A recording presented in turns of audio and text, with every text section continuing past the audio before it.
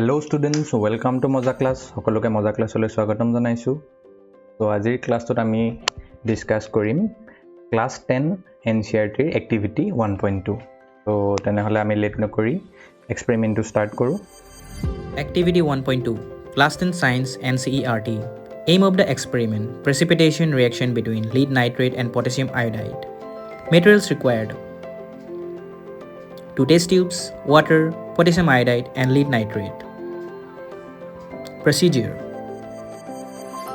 We have potassium iodide and lead nitrate. First of all, we take a small amount of potassium iodide in a test tube.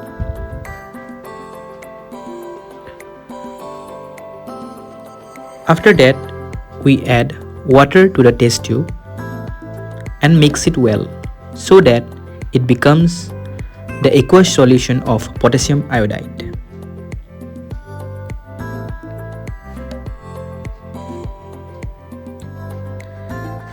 Next, we take a small amount of lead nitrate in a test tube. We add water to the test tube and mix it well so that it becomes the aqueous solution of lead nitrate.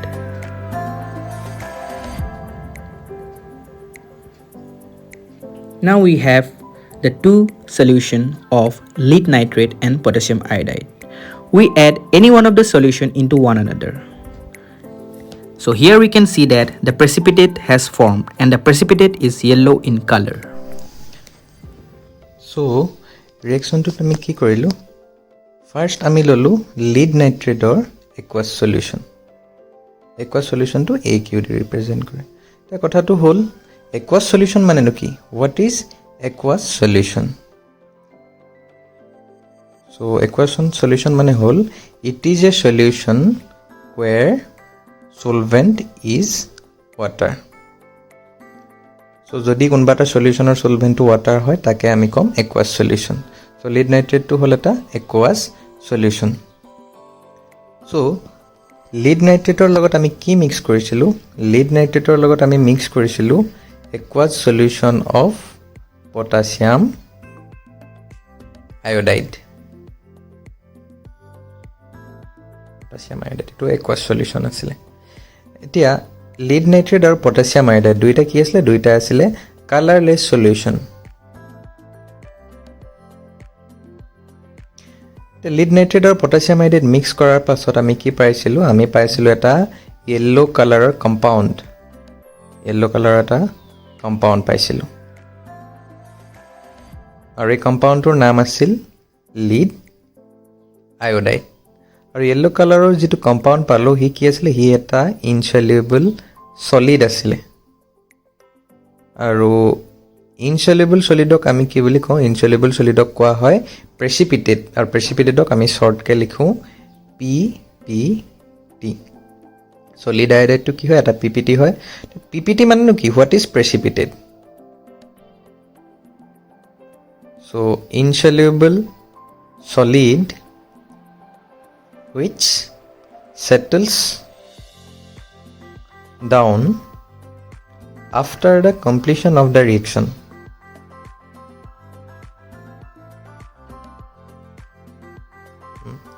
So insoluble solid which settles down after the completion of the reaction is called precipitate. Tenhale lead iodide to ki hobo hi hobo eta yellow color precipitate PPT. So yet aru eta product form hobo he product to hol potassium nitrate to কি হয় ওয়াটাৰত dissolved হৈ থাকে গতিকে U aqueous ফৰ্মত থাকে আৰু potassium nitrate to কি হ'ব নহলে ইউ এটা হ'ব colorless solution গোটেই ৰিঅ্যাকচনটোত কি হ'ল lead nitrate or aqueous solutionে potassium iodide or aqueous solutionৰ লগত ৰিঅ্যাক্ট কৰি এটা yellow colorৰ PPT ফৰ্ম কৰিলে PPT টোৰ নাম হ'ল lead iodide আৰু potassium nitrate ফৰ্ম কৰিলে যেটো হ'ল colorless solution আৰু গোটেই ৰিঅ্যাকচনটোত আমি কি পালো আমি অলৰেডি NCERT বুকত পঢ়িছো যে এটা ৰিঅ্যাকচন হ'বলৈ হলে চাৰিটা কন্ডিশন আছে হে চাৰিটা কন্ডিশনৰ বা চাৰিটা ক্ৰাইটেৰিয়া যিকোনো এটা ফুলফিল কৰিব লাগিব নাম্বাৰ 1 ক্ৰাইটেৰিয়াটো হ'ল চেঞ্জ ইন ষ্টেট নাম্বাৰ 2 টো হ'ল চেঞ্জ ইন কালাৰ নাম্বাৰ 3 টো হ'ল চেঞ্জ ইন টেম্পাৰেচাৰ আৰু নাম্বাৰ 4টো হ'ল ইভলিউশ্যন অফ গেছ। চ' আমি যিটো এক্টিভিটি কৰিলোঁ তাত কি দেখিলোঁ, তাত আমি দেখিলোঁ যে এই 4টা কণ্ডিশ্যনৰ নাম্বাৰ 2 কণ্ডিশ্যনটো ফুলফিল কৰিলে, মানে চেঞ্জ ইন কালাৰ এই কণ্ডিশ্যনটো ফুলফিল কৰিলে। গতিকে ইয়াৰ পৰা আমি ক'ব পাৰোঁ যে আমি যিটো এক্টিভিটি বা যিটো এক্সপেৰিমেণ্ট কৰিলোঁ তাত এটা কেমিকেল ৰিয়েকশ্যনছ হৈছে। এই কেমিকেল যিটো ৰিয়েকশ্যন হ'ল, এই কেমিকেল ৰিয়েকশ্যনৰ আমি কেমিকেল ইকুৱেশ্যনটো লিখিম। চ' ইকুৱেশ্যনটো লিখিবলৈ যাওঁতে আমাক ভেলেঞ্চিবোৰ জানিব লাগিব, আমি এলিমেণ্টৰ ভেলেঞ্চি জানিব লাগিব। চ' প্ৰথমতে আমি লিখিব লাগিব লেড নাইট্ৰেট। চ' লেডক কেনেকৈ চিম্বলত ৰিপ্ৰেজেণ্ট কৰে, লেডক ৰিপ্ৰেজেণ্ট কৰে PB, আৰু লেডৰ ভেলেঞ্চি হ'ল +2, নাইট্ৰেটৰ ভেলেঞ্চি হ'ল -1। তাৰপিছত আমি ক্ৰছ কৰিলোঁ, প্ৰথমতে আমি PB লিখিলোঁ, PBৰ লগত গ'ল 1, NO3ৰ লগত, NO3টো এটা পলিএটমিক আয়ন হয়। পলিএটমিক আয়ন মানে তাত দুটা এটম আছে, এটা হ'ল নাইট্ৰজেন আৰু এটা হ'ল অক্সিজেন। চ' সেইকাৰণে যেতিয়া আমি তাহাঁতৰ লিখিম PbNO3টো, সেইকাৰণে NO3ৰ লগত ব্ৰেকেট এটা দিব লাগিব। ব্ৰেকেট দি NO3ৰ লগত কি লিখিব লাগিব, NO3 ক্ৰছ কৰোঁতে কি ওলালে 2। চ' 2টো NO3ৰ তলত সেইডোখৰত লিখিব লাগিব। আৰু ইয়াত PBৰ লগত যিটো 1 লিখিছোঁ, যেতিয়া আমি এটা কম্পাউণ্ডৰ কেমিকেল ফৰ্মুলা লিখিম, এই যিটো 1 আছে 1টো আমি শ্ব' নকৰোঁ। চ' সেইকাৰণে কি হ'ব, লেড নাইট্ৰেটৰ কেমিকেল ফৰ্মুলাটো হ'ব PbNO3(2). নেক্সট, লেড নাইট্ৰেটে ৰিয়েক্ট কৰিলে পটাছিয়াম আয়ডাইডৰ লগত। পটাছিয়ামক চিম্বলত লিখে K, তাৰ ভেলেঞ্চি হ'ল +1, আয়ডাইডত আয়ডিনৰ ভেলেঞ্চি হ'ল -1। ক্ৰছ কৰিলোঁ, পটাছিয়ামৰ লগত 1টো লিখিব লাগিছিলে এইটো প্লেচত, চাৰ্কুল কৰি দিছোঁ, ইয়াত লিখিব লাগিছিলে 1টো, কিন্তু আমি 1টো শ্ব' নকৰোঁ। নেক্সট, আয়ডাইডৰ 1টো লিখিব লাগিছিলে এইটো চাৰ্কুল কৰি দিয়া প্লেচটোত, কিন্তু 1টো আমি শ্ব' নকৰোঁ। চ' পটাছিয়াম আয়ডাইডটো হ'ব Ki। নেক্সট কি ফৰ্ম হ'ল, এটা য়েল্ল' কালাৰ PPT ফৰ্ম হ'ল, PPTটোৰ নাম হ'ল লেড আয়ডাইড। চ' লেড আয়ডাইডটো লিখিবলৈ লেডৰ ভেলেঞ্চি হ'ল +2, আয়ডাইডত আয়ডিনৰ ভেলেঞ্চি হ'ল -1, ক্ৰছ কৰি দিলোঁ। চ' লেডৰ লগত কি লিখিব লাগিছিলে, 1টো লিখিব লাগিছিলে চাৰ্কুল কৰি দিয়া পজিশ্যনটোত, কিন্তু আমি সেইটো শ্ব' নকৰোঁ। নেক্সট আয়ডিনৰ লগত কি যাব, ক্ৰছ কৰি দিলোঁ, এডোখৰত 2 লিখিব লাগিব। আৰু এটা এই ৰিয়েকশ্যনটোত প্ৰডাক্ট ফৰ্ম হয়, সেইটো হ'ল কি, পটাছিয়াম নাইট্ৰেট। চ' প্ৰথমতে পটাছিয়ামৰ ভেলেঞ্চি হ'ল +1, নাইট্ৰেটৰ ভেলেঞ্চি হ'ল -1, ক্ৰছ কৰি দিলোঁ। পটাছিয়ামৰ লগত কি লিখিব লাগে, তেনেহ'লে 1 লিখিব লাগে এই পজিশ্যনটোত, চাৰ্কেল কৰি দিয়া পজিশ্যনটো, কিন্তু আমি এইটো শ্ব' নকৰোঁ। আৰু নাইট্ৰেটৰ লগতো কি লিখিব লাগে, ব্ৰেকেট দি পিনি এডোখৰ পজিশ্যনটোত 1 লিখিব লাগে, চাৰ্কেল কৰি দিয়া পজিশ্যনটো, কিন্তু সেইটো আমি শ্ব' নকৰোঁ। চ' গতিকে আমি গোটেই ৰিয়েকশ্যনটো পাই গ'লোঁ। কিন্তু ৰিয়েকশ্যনটো এতিয়াও কমপ্লিট হোৱা নাই। কমপ্লিট কেতিয়া হ'ব, এই 4টা পজিশ্যনত যদি আমি ইহঁতৰ ফিজিকেল ষ্টেটকেইটা লিখোঁ।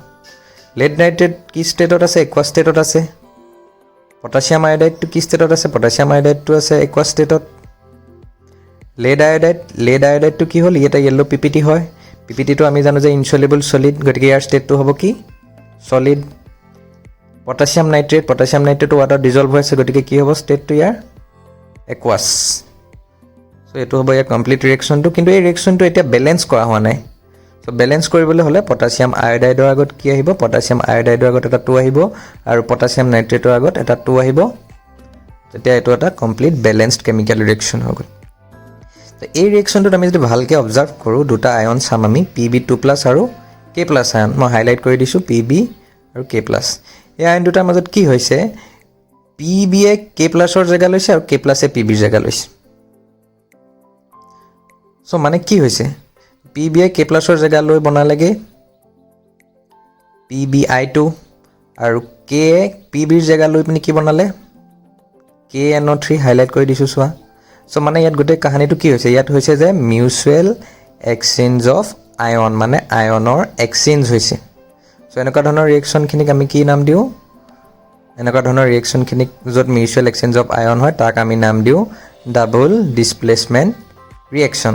চ' এইটো এটা ডাবল ডিছপ্লেচমেণ্ট ৰিয়েকশ্যনৰ এক্সাম্পল বুলি আমি ক'ব পাৰোঁ। নেক্সট, PbI2 লেড আয়ডাইডটো কি হয়, এটা য়েল্ল' কালাৰ PPT হয়। যিবিলাক ৰিয়েকশ্যনত প্ৰেচিপিটেড ফৰ্ম হয়, PPT ফৰ্ম হয়, সেই ৰিয়েকশ্যনখিনিৰ নাম এটা আছে, নামটো হ'ল প্ৰেচিপিটেশ্যন ৰিয়েকশ্যন। গতিকে আমি যিটো এক্সপেৰিমেণ্ট কৰিলোঁ, এই এক্সপেৰিমেণ্টটো এটা প্ৰেচিপিটেশ্যন ৰিয়েকশ্যনৰ এক্সাম্পল বুলি আমি ক'ব পাৰোঁ। চ' গতিকে আমাৰ গোটেই এক্সপেৰিমেণ্টটোৰ ডিছকাশ্যন কৰা হৈ গৈছে।